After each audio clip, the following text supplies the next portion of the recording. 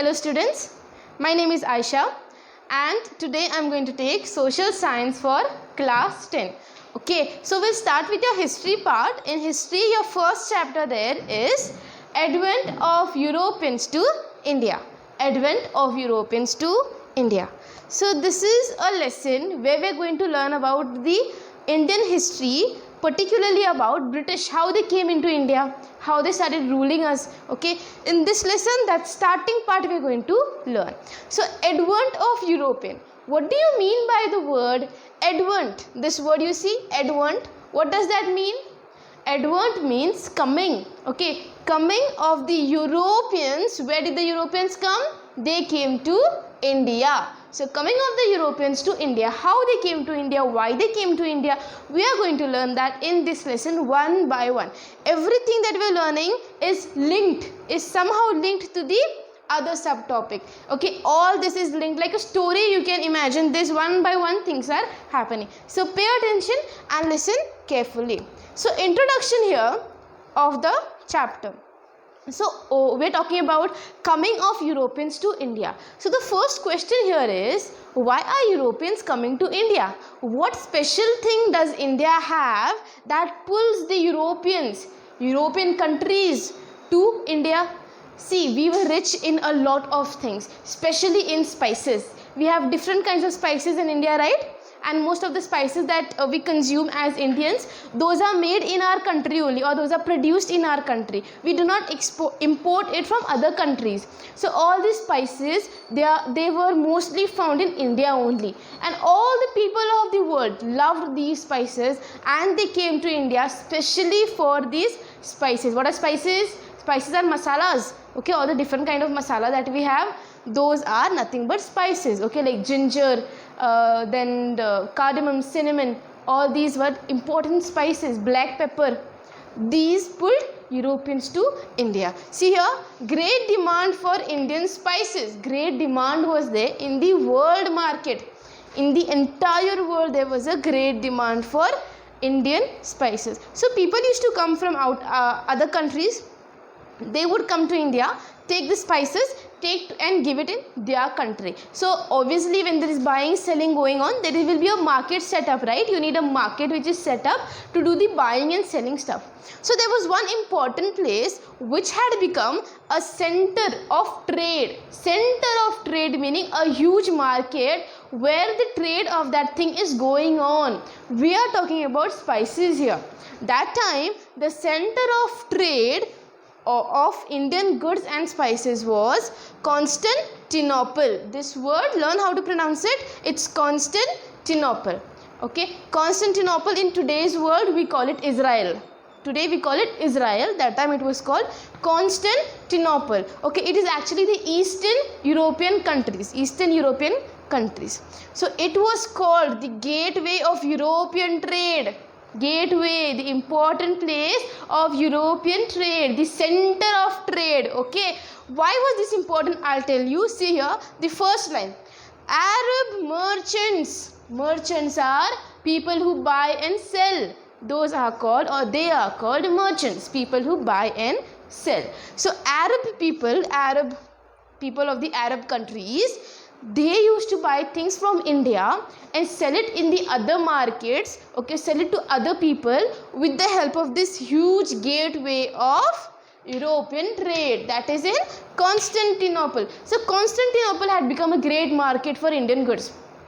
If you wanted Indian spices, you could go in Constantinople and easily found all the spices. Okay, especially Arab merchants had brought those spices from India to Constantinople. But there were other merchants also who had brought the spices from India to Constantinople. Okay, so you got the introduction here. But later on what happened? The fall of Constantinople.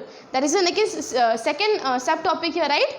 The fall of Constantinople. So fall in the sense, the destroying, or you can say Constantinople was not so powerful anymore. The word not so powerful, for that you say fall. Do not imagine falling, not that fall. Okay, here fall means not remaining powerful anymore. So why was this Constantinople not powerful anymore? Because of this Turkish people called the Ottoman Turks. They were Turkish people. Okay, Ottoman Turks, they had captured it. Captured what? It is what there? Captured Constantinople in the year 1453. Remember this statement, very important. Ottoman Turks had captured Constantinople in the year 1453. That's why Constantinople had a fall. If the question is asked why Constantinople fell, then you should write because in 1453 Ottoman Turks captured it. Now what did they do after capturing it? Capturing in the sense they started becoming powerful over there. Where? In Constantinople. Who? Turks. The Ottoman Turks.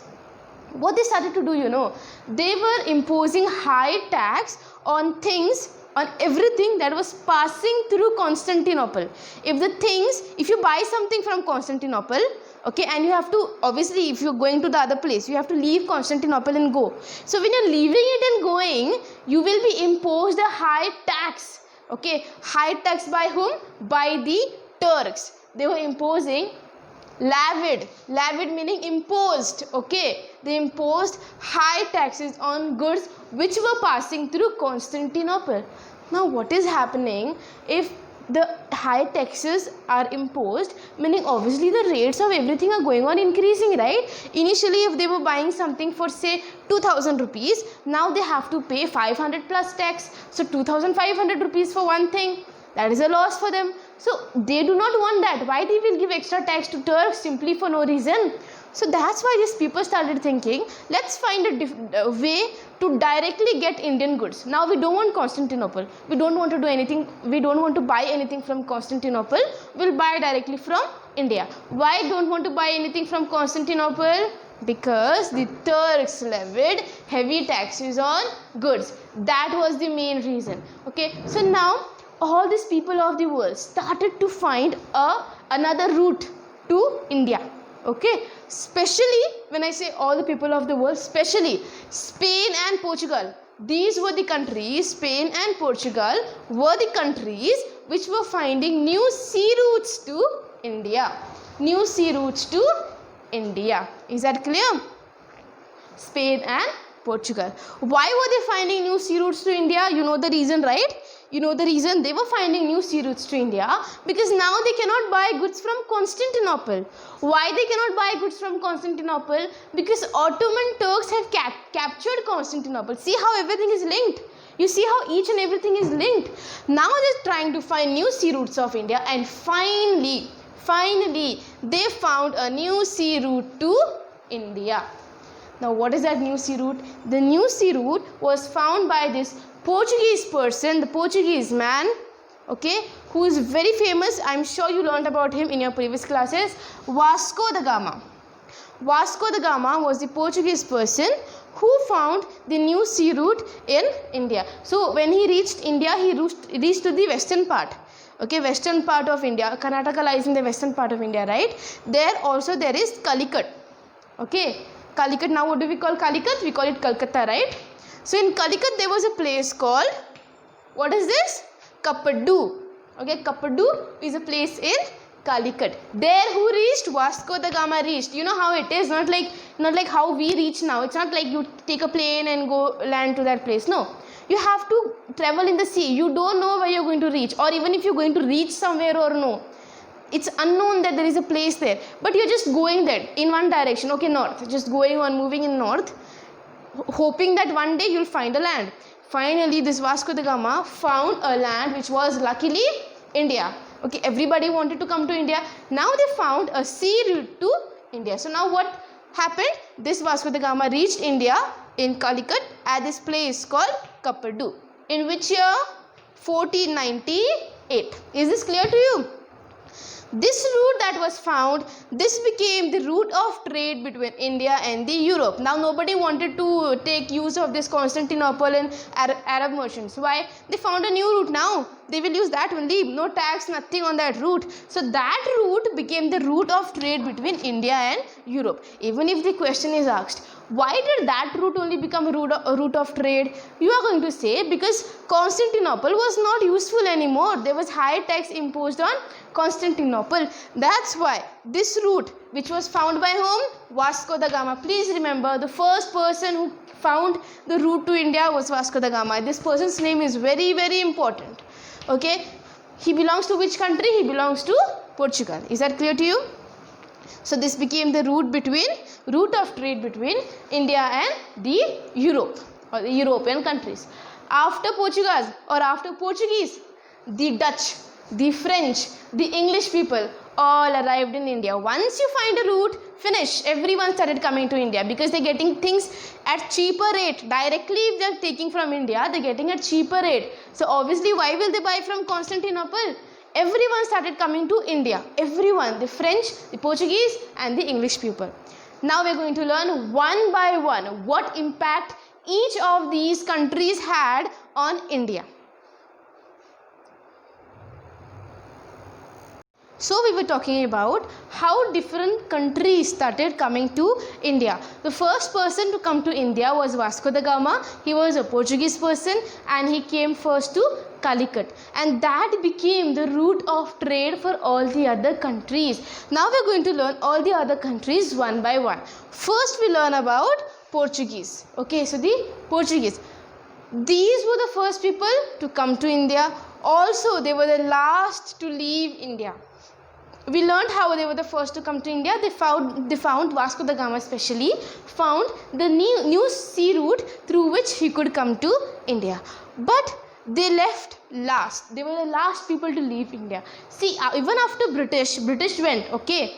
But even after that, the Portuguese people remained in India for a long time. They left long after British had left India. So first British left India and then after that the Portuguese left. So Portuguese were the last people to leave India and go. Okay, so that's why this point is important here. If it is asked who were the first to arrive and the last to leave, you have to mention they were the Portuguese.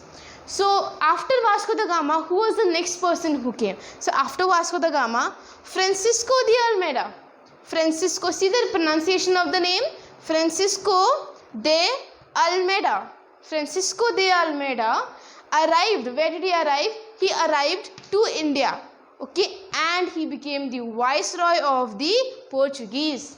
So he became the viceroy. Now how we have prime minister or president? That time they used to not call them prime minister or president. They used to call them what? Viceroy. So who became the viceroy of president? Francisco de Almeida. Francisco de Almeida. Almeida became the viceroy of the president. Is this clear? This is a very important point here. Almeida became the viceroy of the Portuguese. He also established this blue water policy. So what is the meaning of blue water policy? See, now he is the viceroy of the Portuguese. So definitely he has more rights now. He can take decision. He can make rules. So this was one rule that he made. Blue water policy. The meaning of this policy is that they will have supremacy over the sea than the supremacy over land, meaning they are going to have more supremacy. Supremacy means power. They are going to have more power over the sea and comparatively less power over the land. So why they wanted more power over the sea? See, if you use a common sense, you'll understand. The sea route, the route to India was the sea route. Okay, so they wanted more power on the sea and comparatively less on the land. That was the blue water policy. With the word blue water, you understand, it is something related to water, right? So water, more power on water. That was the blue water policy. Next here, so after Francisco de Almeida, the next other important person who came to India was, listen to the pronunciation, Alfonso de Albuquerque. What is this? You're going to pronounce this like,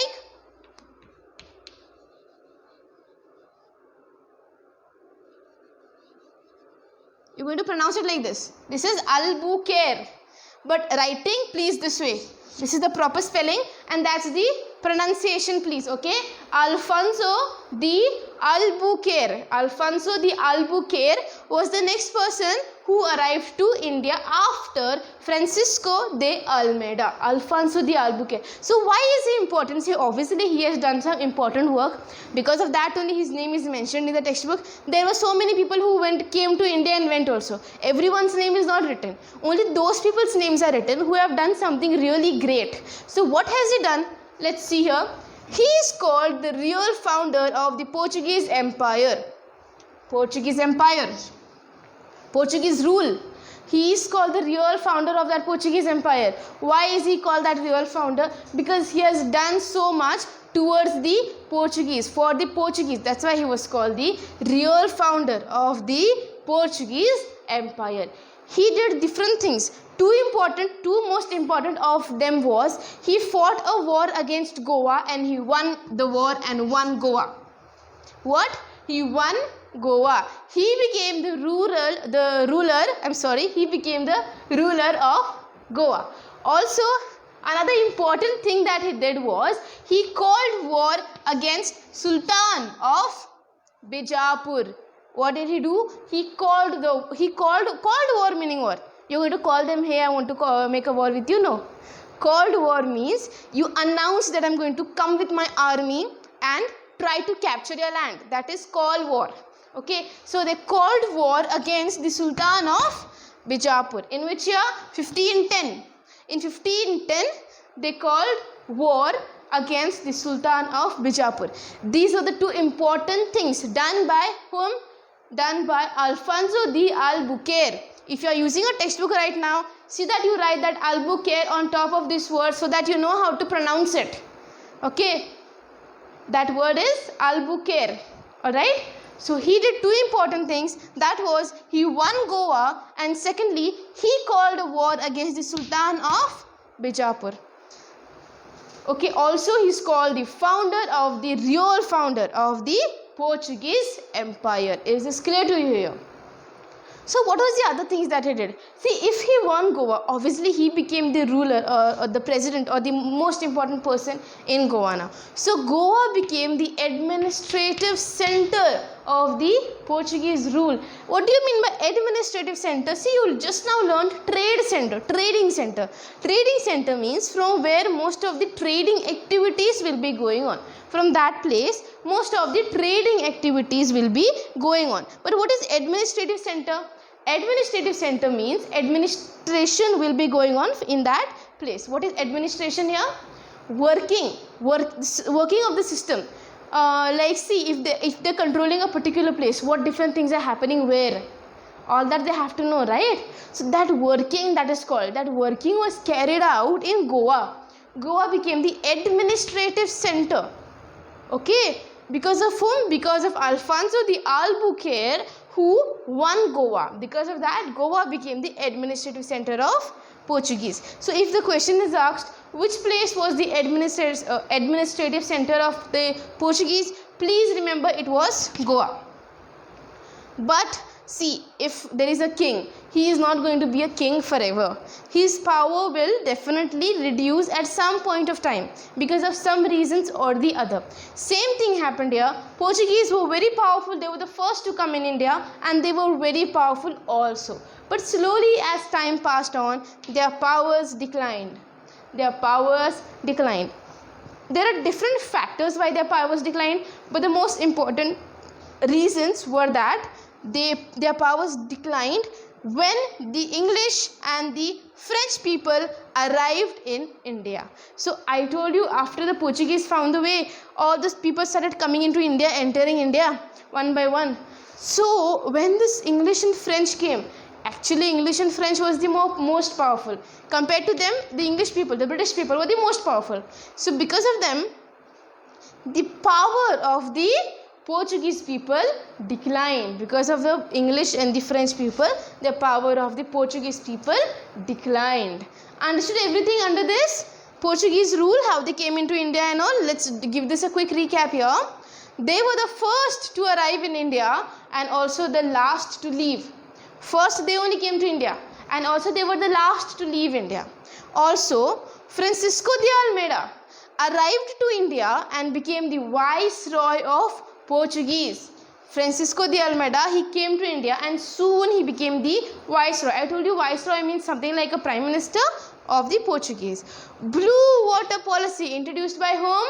Introduced by Francisco de Almeida. So according to the blue water policy, there is more supremacy over sea than the land. More supremacy over sea than the land. That is the blue water policy. Why they wanted supremacy over the sea? Because the route to India was through the sea. It was a sea route. Route to India was a sea route.